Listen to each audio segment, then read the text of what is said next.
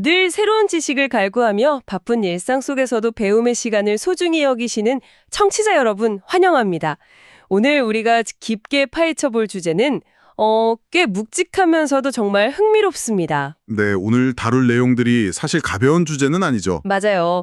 저희가 오늘 살펴볼 베이스 자료들이 류일호 목사의 눈맥 큐티 중 요한복음 14장 부분, 그리고 독일 성서 해설이랑 굿뉴스 스터디 바이블 같은 깊이 있는 신학적 해설 자료들이거든요. 텍스트 자체만 보면 무려 2000년 전에 기록된 고대 문헌이잖아요. 그렇죠. 그래서 이 방송을 들으시는 분들이라면 어느 정도 이런 텍스트에 익숙하실 수도 있겠지만 오늘 저희의 미션은 그 익숙함을 완전히 넘어서는 겁니다. 네, 단순히 종교적인 교리 차원으로만 읽고 넘길 게 아니라 이 텍스트가 복잡한 현대 사회를 살아가는 우리에게 어떤 날카로운 심리적 또 영적 통찰을 던져주는지 파헤쳐보는 거죠. 네네, 맞습니다. 그 이면은 진짜 의미를 속속들이 들여다보는 아주 흥미로운 심층 탐구가 될 텐데요. 본격적으로 들어가기 전에 오늘 다룰 장면의 그 역사적이고 심리적인 상황 설정부터 명확히 짚고 넘어가 보죠. 이 배경이 굉장히 중요하거든요.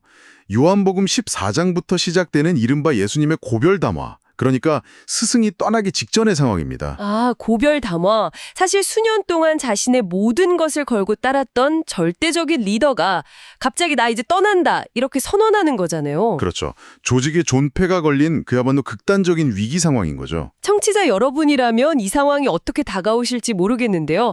저는 자료를 쭉 읽으면서 그 굳건해 보이던 공동체가 리더의 부재 선언 한 번에 막 순식간에 혼란에 빠지는 그 역학관계가 진짜 흥미롭더라고요.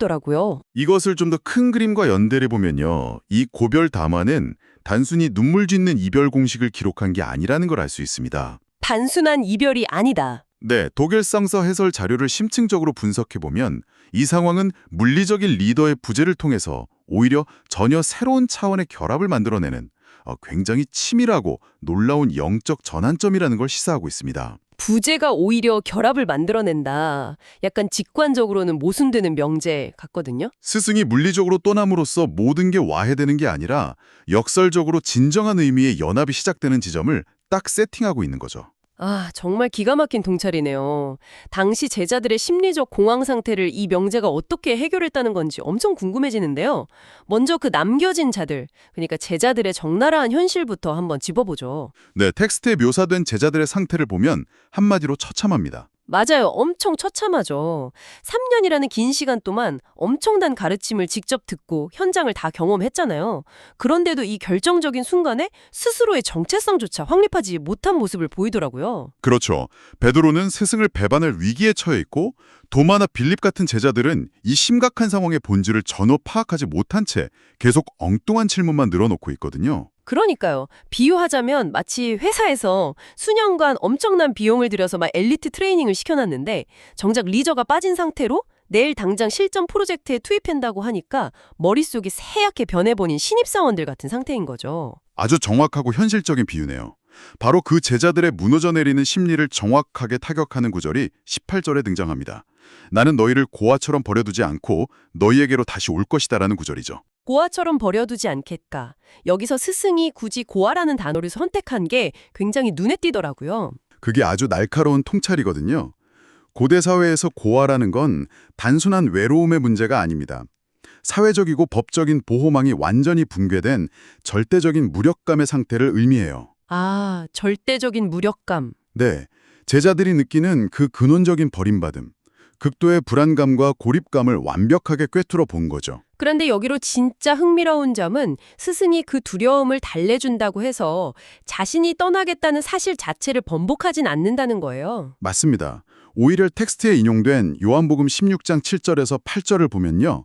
스승이 떠나가는 것이 제자들에게 오히려 유익이 된다고 아주 대못을 박아버립니다. 남겨진 입장에서는 지금 당장 세계관이 붕괴되는 것 같은데 내가 떠나는 게 너희한테 이득이다. 오, 이 역설적인 선언이 대체 어떻게 성립되는 걸까요? 이 대목이 리더십이나 내면의 성장에 관해서 아주 중요한 은유를 담고 있습니다.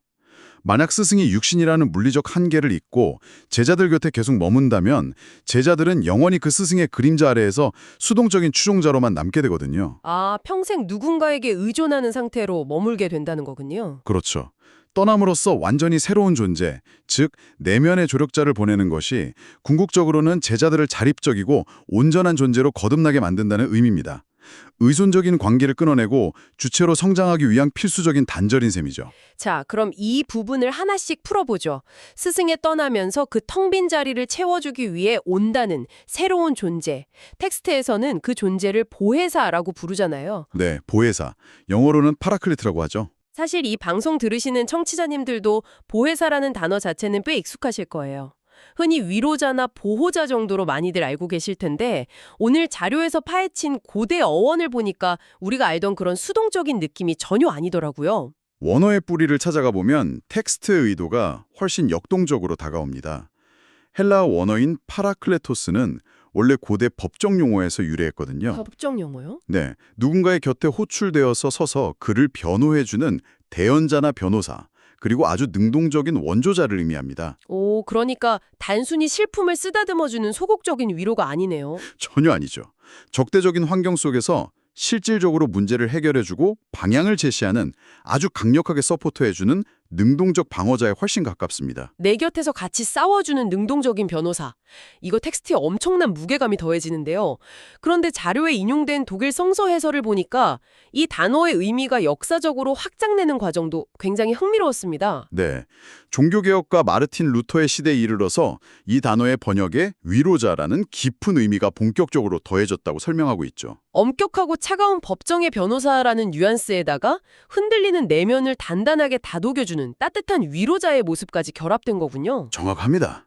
보혜사라는 개념은 외부의 공격으로부터 나를 방어해주는 논리적 대언자인 동시에 내면의 불안까지 잠재우는 아주 입체적이고 다각적인 서포터로 보셔야 합니다. 와, 정말 완벽한 조력자네요. 하지만 17절 말씀을 보면 아주 명확하게 선이 하나 그어집니다. 이 보혜사, 즉 진리의 영이 오는데 세상은 그분을 보지도 못하고 알지도 못해서 받을 수가 없다. 이렇게 기록되어 있거든요. 반면에 제자들은 알 수 있다고 하고요. 똑같이 세상에 주어지는 조력자일 텐데 왜 이런 인지 부조화가 발생하느냐? 이거 아주 중요한 질문입니다. 네, 왜 이런 차이가 생기는 건가요? 세상과 제자들의 차이는 물리적인 시력의 차이가 아니라 인지하는 방식의 차이거든요. 텍스트에서 말하는 세상은 눈에 보이는 증명이나 외부적인 힘, 질서에만 집중합니다. 그렇기 때문에 내면에서 작용하는 진리를 인지할 수 있는 감각 자체가 아예 닫혀 있는 거죠. 아, 외부 자극에만 반응하느라 내면을 못 본다는 거군요. 반면에 제자들이 이 진리의 영을 알 수 있는 이유는 명확합니다. 이 조력자가 밖에서 군림하면서 지시를 내리는 감독관이 아니라 바로 제자들 안에 거하는 존재이기 때문이죠. 안에 거한다. 요한복음 14장 26절의 설명이 바로 그 부분이죠. 맞습니다. 보혜사는 새로운 지식을 막 밖에서 주입하는 게 아니라 이미 제자들 안에 심어진 진리를 생각나게 하는 내면의 나침반으로 작동한다는 겁니다. 외부 감각에만 의존하는 세상은 결코 이해할 수 없는 메커니즘이죠. 그래서 이 모든 게 대체 무엇을 의미할까요? 청취자 여러분도 지금 궁금하실 텐데요. 완벽한 변호사이자 내면의 나침반인 조력자가 주어진다는 건 정말 엄청난 소식인데 이 강력한 시스템이 아무에게나 무조건적으로 딱 주어지는 건 아니더라고요. 네, 15절을 보면 아주 분명한 전제 조건이 등장하죠. 너희가 나를 사랑하면 내 계명을 지켜라. 이 구절이죠. 이것만 딱 떼어놓고 보면 뭔가 수많은 율법 조항이나 룰을 억지로 지켜내야만 조력자를 보내주겠다. 약간 이런 조건부 거래처럼 들리기도 하거든요. 표면적으로는 법적인 의무나 거래로 보일 수 있습니다만 텍스트가 실제로 요구하는 건 전혀 다릅니다. 이 부분을 많은 해설가들이 주목하는데요. 여기서 계명을 지킨다는 건 바리새인들처럼 답답한 율법 체크리스트를 달달 외워서 강박적으로 수행하라는 의미가 아닙니다. 그럼 무슨 의미인가요? 독일 성서 해설 자료는 이 구절을 신앙의 신실함, 즉 진정성 있는 태도라는 개념으로 정확히 치환해서 설명하고 있습니다. 아, 율법 조항에 대한 맹종이 아니라 태도의 신실함이군요. 단지 마음속으로 감정적인 사랑을 느끼는 데서 끝나는 게 아니라 그 사랑이 아주 구체적이고 일상적인 행동과 태도로 드러나야 한다는 뜻이겠네요. 바로 그겁니다. 사랑은 로맨틱한 기분의 고조가 아니라는 거죠. 스승의 가르침과 가치관을 자신의 삶 속에서 일관되게 구현해내는 진정성 있는 태도. 그것이 바로 계명을 지키는 신실함입니다. 네네. 그리고 이 신실함이 일상에서 유지될 때 비로소 내면의 조력자인 보혜사가 온전히 활동할 수 있는 공간이 쫙 마련되는 겁니다. 이 맥락에서 자료에 등장하는 또 다른 인물의 질문이 텍스트의 의미를 엄청 현실적으로 끌어내려 주더라고요. 우리가 흔히 아는 배신자, 가룟 유다가 아닌 또 다른 유다가 예수님께 질문을 던지잖아요. 네, 야고보의 아들 유다의 질문이죠. 스승님이 자신을 우리에게만 나타내시고 세상에는 나타내지 않으시려는 이유가 무엇입니까? 이렇게 묻거든요. 다시 말해서 최측근인 우리만 이 혜택을 얻고 세상 사람들은 다 버려지는 건지 묻는 건데 당시에 이스라엘 민족주의적 세계관이 엿보이는 현실적인 질문 같아요. 당시 유대인들은 메시아가 오면 특정 혈통이나 선택받은 집단에게만 아주 배타적인 구원이 주어질 거라고 굳게 믿고 있었거든요. 그런데 유다의 이 질문에 대한 스승의 대답은 그런 폐쇄적인 기대를 완전히 박살냅니다. 완전히 박살 내버리죠. 특정 혈통이나 자격, 종교적 지위를 전혀 요구하지 않으니까요. 누구든지 나를 사랑하고 내 말을 지키면 아버지와 내가 그에게로 가서 그와 함께 거처를 삼겠다 이렇게 대답하시잖아요. 맞습니다. 혈통이나 외부적 조건이 아니라 사랑과 행동이라는 신실함 자체가 성령과 연결되는 유일한 패스워드라는 걸 선언한 거죠. 이건 당시로서는 놀라운 보편성의 확장입니다. 누구나 그 신실함만 갖추면 내면의 조력자를 만날 수 있다. 이 보편성이야말로 당시에는 진짜 엄청난 혁명이자 충격이었겠네요. 자, 여기서부터 진짜 흥미로워지는데요. 오늘 분석하는 자료의 가장 클라이맥스라고 할 수 있는 20절 말씀이 등장합니다. 네, 그날에는 내가 내 아버지 안에 있고 너희가 내 안에 있고 내가 너희 안에 있는 것을 너희가 알게 될 것이다. 저는 이 구절의 구조를 가만히 들여다보니까 그 러시아 전통 인형인 마트로시카가 바로 딱 떠오르더라고요. 큰 인형 안에 작은 인형이 있고 그 안에 또 다른 인형이 완벽하게 포개어지면서 내재되어 있는 그런 이미지 말이죠. 아주 재미있는 접근이네요. 마트리오시카라는 시각적 이미지가 상호 내재성을 설명하기에 좋은 비유이긴 합니다.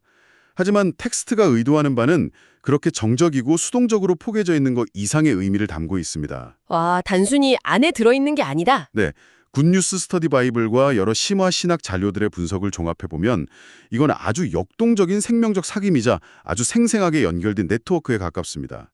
여기서 반드시 짚고 넘어가야 할 아주 중요한 개념이 종말론적이자 부활절 관점의 해석입니다. 종말론적 관점이라고 하면 사실 청취자분들도 흔히 우주가 멸망하고 세상 끝이 도래하는 그런 먼 미래의 이벤트를 떠올리시기 쉽거든요. 영화에서 많이 보던 것처럼요. 텍스트에서는 그 단어를 좀 다른 의미로 사용하고 있는 건가요? 그렇습니다. 신학에서 말하는 종말론적이라는 건 세상 끝날의 파멸이 아니라 이미 시작되었으나 아직 완성되지 않은 상태를 주로 의미합니다. 아, 이미 시작되었으나 아직 완성되지 않았다. 네, 많은 사람들이 신적인 연합이나 스승이 다시 온다는 약속을 먼 훗날 우리가 죽고 나서야 경험하게 될 내세의 사건으로 치부해버리잖아요. 하지만 이 텍스트는 보혜사 성령의 현실적인 임재를 통해서 그 먼 미래의 약속이 바로 지금, 여기, 이 순간으로 앞당겨져서 현실화되고 있다고 선언하는 겁니다. 와, 그러니까 우리가 죽어서 천국에 가거나 세상 끝나는 날을 마냥 기다려야만 그 연합을 경험하는 게 아니라는 뜻이군요. 네, 맞습니다. 지금 당장 오늘 일상을 살아가면서 성령의 현존을 통해 그 생명력 넘치는 신적인 사귐에 즉시 접속할 수 있다는 대단히 현재 진행형인 약속이네요. 정확하게 보셨습니다. 물리적인 스승은 지금 눈앞에 없지만 내면의 조력자를 매개로 제자들은 스승과 아버지가 누리는 그 완벽한 일체감 속에 지금 당장 동참하게 되는 거예요. 부재가 오히려 한계를 초월한 더 크고 완전한 결합을 이루어낸다는 우리 앞선 명제가 바로 이 지점에서 논리적으로 완벽히 완성되는 거죠. 청취자 여러분, 이 통찰이 시대를 훌쩍 뛰어넘어서 지금 우리 삶의 방식에도 아주 날카로운 질문을 던지는 것 같습니다. 오늘날 우리가 정말 정보와 네트워크의 홍수 속에 살고 있잖아요. 그렇지만 아이러니하게도 그 어느 때보다 극심한 고립감과 한계를 뼈저리게 느끼곤 하죠. 그러니까요. 때로는 2000년 전에 그 텅 빈 자리에 남겨져서 패닉에 빠졌던 제자들의 모습이 불확실한 미래 앞에서 무기력해진 현대인들인 우리들의 자화상처럼 보이기도 하거든요. 하지만 오늘 우리가 파헤친 텍스트는 아주 단호하게 말해주고 있습니다. 네, 우리는 결코 버려진 고아가 아니며 우리 안에는 상황을 변호하고 방향을 잡아주는 능동적 조력자가 분명히 현존하고 있다고요. 맞습니다. 일상의 혼란 속에서도 우리가 텍스트가 요구하는 그 신실함의 태도만 잃지 않는다면 언제든 이 내면의 조력자가 작동하기 시작하는 거겠죠? 외부의 권위나 환경에 막 이리저리 휘둘리는 수동적인 존재에서 벗어나서 내면의 진리와 굳게 연합함으로써 세상을 거뜬히 감당하고 돌파해 나갈 수 있는 힘을 얻게 되는 것. 그것이 바로 이 고대 텍스트가 현대의 일상 속으로 아주 생생하게 침투해 들어오는 가장 강력한 적용점일 겁니다. 자, 그럼 이제 오늘 다룬 여러 자료들의 핵심적인 통찰들을 청취자님들의 머릿속에 아주 선명하게 남길 수 있도록 제가 3줄 요약으로 싹 정리해 보겠습니다. 네, 들어보죠. 첫째, 스승의 물리적 부재는 끝이 아니라 제자들을 수동적 추종자에서 독립적인 주체로 성장시키기 위한 필연적이고 유익한 단절이었다. 둘째, 남겨진 빈자리는 결코 방치되지 않으며 단순한 위로를 넘어서 적극적으로 방어하고 방향을 제시하는 내면의 완벽한 조력자, 보혜사로 채워진다. 셋째, 이 능동적인 조력 시스템과 완벽한 연합을 누리기 위한 유일한 조건은 어떤 혈통이나 무의미한 율법 준수가 아니라 가르침을 일상에서 살아내는 진정성 있는 신실함이다. 어떻습니까? 완벽하네요. 이 세 가지 흐름이야말로 고별다마가 어떻게 절망의 서사를 완벽한 생명의 서사로 뒤바꾸어 놓았는지를 가장 잘 보여주는 핵심 요약이라고 할 수 있겠습니다. 감사합니다. 오늘 이 깊이 있는 대화를 슬슬 마무리하면서 자료에서 명시적으로 다루지는 않았지만 오늘 나눈 이 모든 통찰이 필연적으로 가리키고 있는 아주 묵직한 화두 하나를 청취자 여러분께 던지고 싶습니다. 네, 어떤 화두인가요? 오늘 우리는 스승이 떠나고 대신 우리 내면에 완벽한 조력자가 주어졌다는 사실을 파헤쳤잖아요. 고아처럼 버려지지 않았다는 건 사실 엄청난 위안입니다. 하지만 한 번만 더 뒤집어서 생각해 보면 이 완벽한 내면의 조력자가 내 안에 존재한다는 사실은 대단히 두려운 의미를 내포하고 있거든요. 핑계를 댈 수 없게 된다는 뜻이군요. 네, 바로 그겁니다. 우리가 더 이상 삶의 방향성을 잃었을 때 눈에 보이는 외부의 리더나 환경 혹은 시스템 탓으로 책임을 떠넘길 수가 없게 되었다는 뜻이기도 하거든요. 요한복음 14장 26절의 보혜사가 새로운 것을 창조해내는 게 아니라 이미 배운 것을 가르치고 생각나게 하시는 분으로 묘사된 것과도 맥락이 통하네요. 그러니까요. 우리는 끊임없이 막 새로운 정보, 혁신적인 비법만을 찾아 헤매는 정보 과잉의 시대에 살고 있잖아요. 하지만 어쩌면 우리가 진정한 삶의 위기를 맞닥뜨렸을 때 우리를 구원하는 가장 강력한 조력자는 밖에서 오는 새로운 지식이 아닐지도 모릅니다. 오히려 우리 안에 이미 심어져 있는 본질적인 가치들, 우리가 바쁘다고 잊고 있던 진리들을 다시 생각나게 해주는 그 내면의 목소리가 진짜 힘이라는 거죠. 맞습니다. 진정한 연합을 이루었다는 건 외부의 통제에서 벗어나서 이제 우리 스스로가 매 순간 그 내면의 목소리에 귀 기울이며 주체적으로 살아내야 하는 무겁고도 치열한 자유를 얻었다는 의미가 아닐까 싶습니다. 정말 예리하고 본질적인 통찰입니다. 위로의 이면에 숨겨진 그 주체성의 무게를 깨닫고 살아내는 것. 그것이야말로 진정한 성숙의 시작이겠죠. 청취자 여러분, 고아가 되지 않았다는 그 따뜻한 안도감 뒤에 숨겨진 영적 독립과 주체성의 무게에 대해서 오늘 하루 깊이 고민해보는 시간을 가져보시길 바랍니다. 오늘 저희가 준비한 심층탐구는 여기까지입니다. 긴 시간 함께 깊은 곳까지 내려가 주셔서 감사합니다. 지식의 단편들을 연결해서 더 깊은 통찰의 세계로 안내하는 이 시간이 여러분의 일상에 의미 있는 작은 균열을 내었기를 기대합니다. 끝까지 귀 기울여 주셔서 감사드리고요. 다음 시간에도 흥미로운 자료의 스택과 함께 아주 날카롭고 깊이 있는 이야기로 다시 찾아오겠습니다. 여러분 안녕히 계세요. 내면의 조력자와 함께 깊이 사유하는 하루 보내시길 바랍니다. 감사합니다.